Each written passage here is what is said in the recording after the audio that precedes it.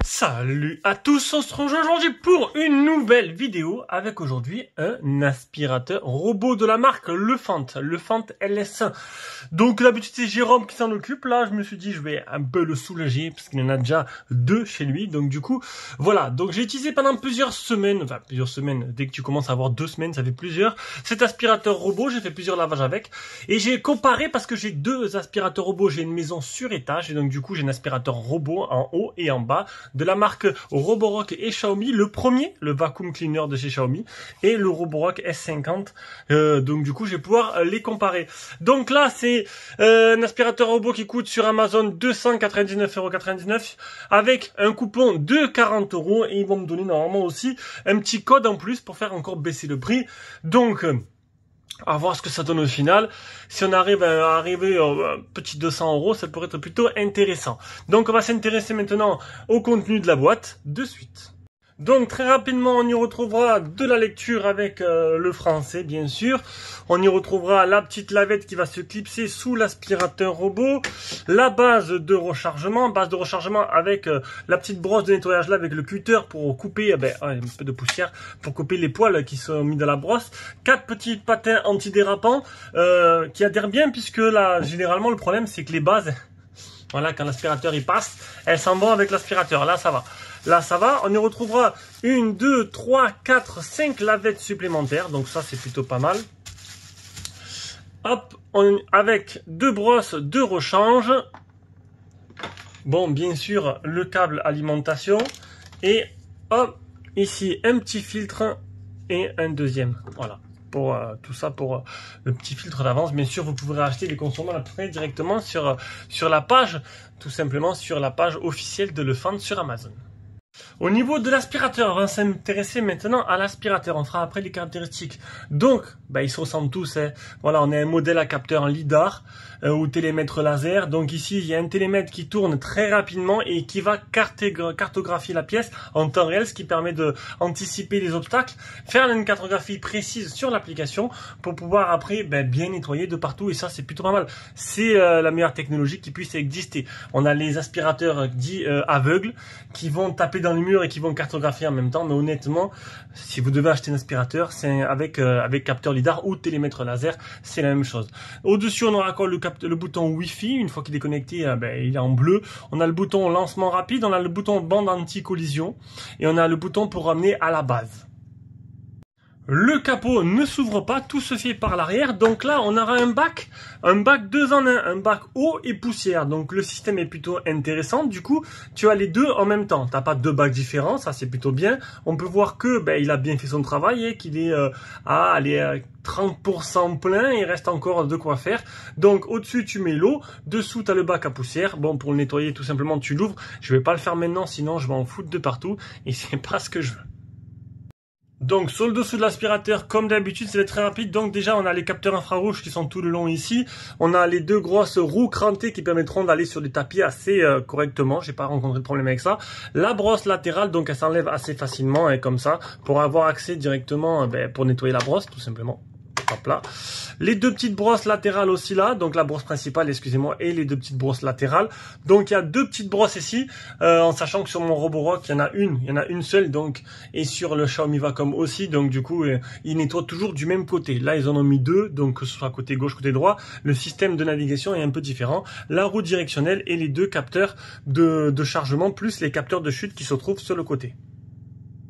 On va parler un peu des caractéristiques, donc du coup, alors ça, je vais vous mettre en même temps, je vais défiler les caractéristiques. Donc du coup, on aura une puissance de 2200 donc de puissance pour l'aspirateur.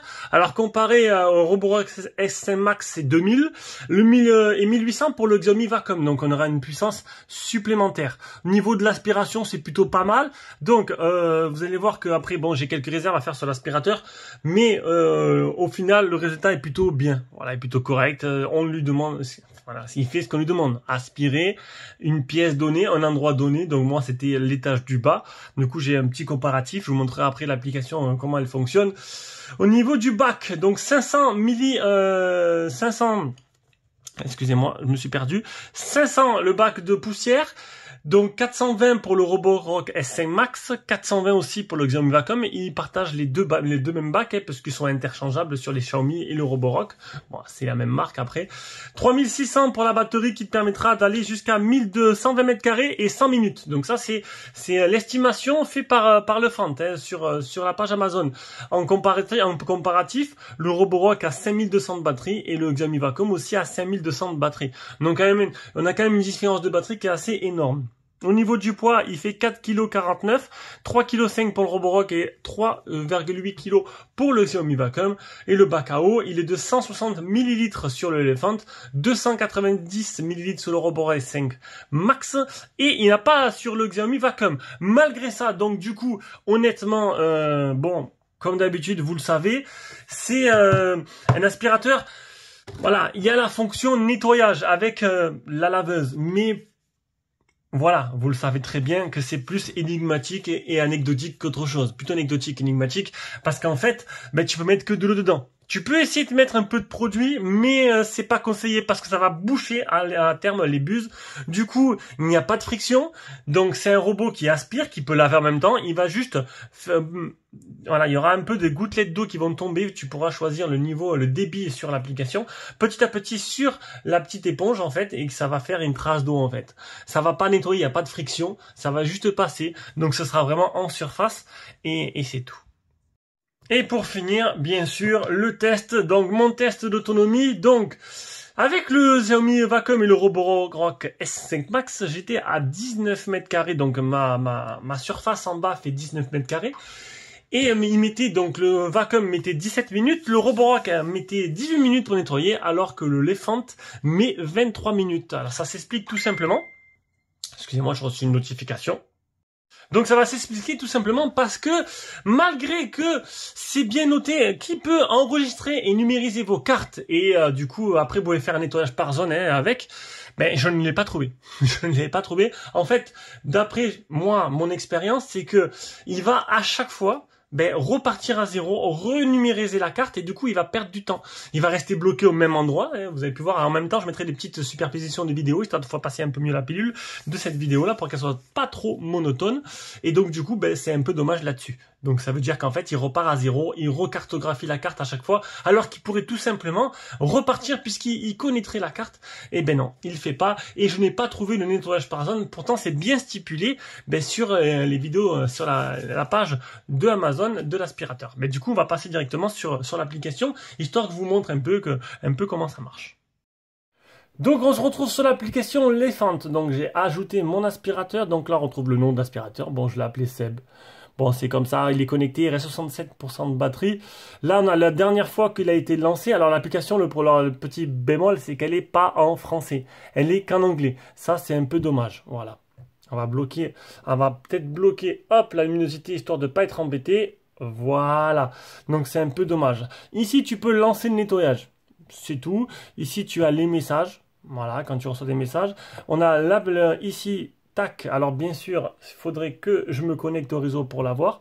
Mais ça, c'est pas grave, c'est mon compte. Tant mieux, au moins qu'on n'ait pas à les voir. Tu cliques sur l'aspirateur, tac, ça va charger la carte. Du coup, il me trouve rien. Il me trouve rien parce que j'étais en mode avion, donc il faudrait que je le lance pour la carte, ça apparaisse. Mais j'ai fait quelques petites captures d'écran. Donc la dernière fois, j'ai lancé pendant 8 minutes et 9 mètres carrés. C'était vraiment pour faire encore quelques vidéos pour vous agrémenter ce test. Donc le bouton Start pour lancer, le bouton Recharge pour envoyer la base. Ici, tu as 3 modes d'aspiration. Donc tu as le mode standard. Tu entends l'aspirateur au même temps. Le mode Powerful, donc le mode moyen. Et le mode Extra. Le mode Extra... Tu peux aller dormir tranquille, le bruit n'est pas exceptionnel au niveau des décibels. Chercher le robot, donc là il va sonner, donc après il faut appuyer sur le bouton pour pouvoir l'éteindre. Si en cas où tu habites dans un château, que tu sais pas où est passé l'aspirateur, ça c'est assez rigolo. Le mode Shelude, ce qui permet de programmer, j'ai quelques notions d'anglais, donc ça permet de lancer une programmation d'aspirateur. Là le mode Control, qui te permet tout simplement de le faire en temps réel, en cas si tu veux jouer à Mario Kart avec ton aspirateur. Ici, tu as la mise à jour de l'aspirateur et ici, les paramètres. Donc, dans les paramètres, tu auras le nom du robot, le modèle, les dernières fois que tu l'as lancé. Donc, ça enregistre tout. Donc, je peux vous montrer, voilà, que Voilà, en moyenne, j'étais sur 23 minutes pour 18 mètres carrés. Voilà, salut Jérôme. Donc voici la carte. Et voici la carte. On peut voir que, ben, en fait, au début, alors je vous montrerai après, parce que j'ai pris des captures d'écran un peu en cours d'aspiration. En fait, comme tous les aspirateurs robots, là, la base est là, il va passer tac, il va faire le tour de ma cuisine, il va faire le tour de toute la maison, voilà, toute la maison, enfin, le bas de chez moi en tout cas. Et une fois qu'il aura fait tout le tour, il va commencer à faire ce que vous voyez là, voilà. À faire des allers-retours histoire de passer de partout. Alors au final, oui, il est passé de partout, mais on peut voir que il y a pas mal d'endroits où il est passé plusieurs fois. Ici, là, là, là. Ici, il est passé 2 fois, il est revenu, il est reparti, je ne sais pas pourquoi. Là, il a fait pas mal aussi de zigzags inutiles.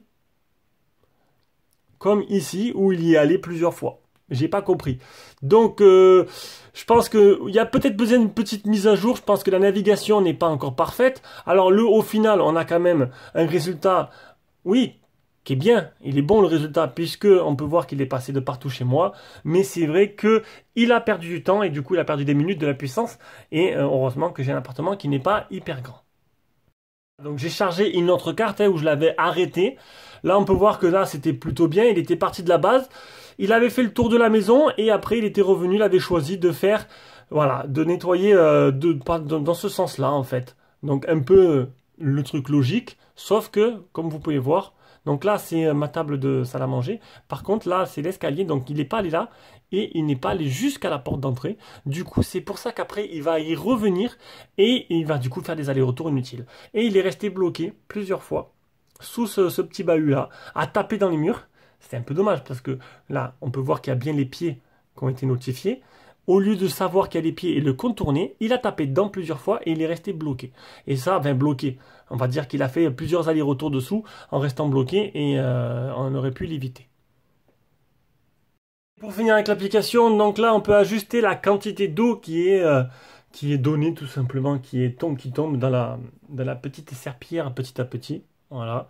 Et ici, Starting Cleaning Program, c'est pour utiliser le dernier programme, le dernier nettoyage pour repartir dessus. Donc, hop, là je vais le lancer, il est en bas. Voilà, il s'est lancé. Et normalement, il devrait commencer. Alors là, le Wi-Fi, voilà, il devrait tac. Donc là, il va utiliser la dernière carte pour se relancer tout simplement.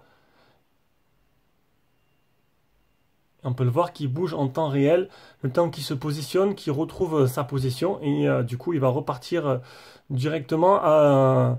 Là je l'ai lancé pour qu'il reparte avec le dernier programme en cours. Voilà, donc la carte elle est déjà identifiée et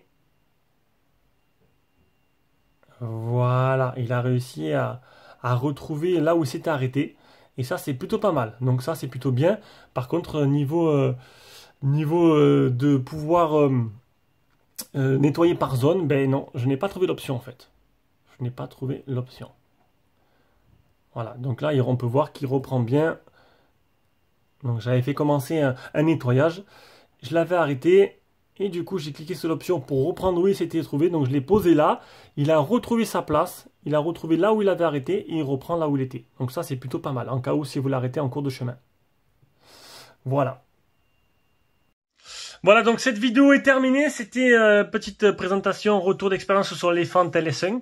J'espère que cette vidéo vous a plu et que vous n'êtes pas endormis dessus cette vidéo. Sur ce, je vous fais des gros bisous. On se rejoint pour une prochaine vidéo. Ciao, ciao.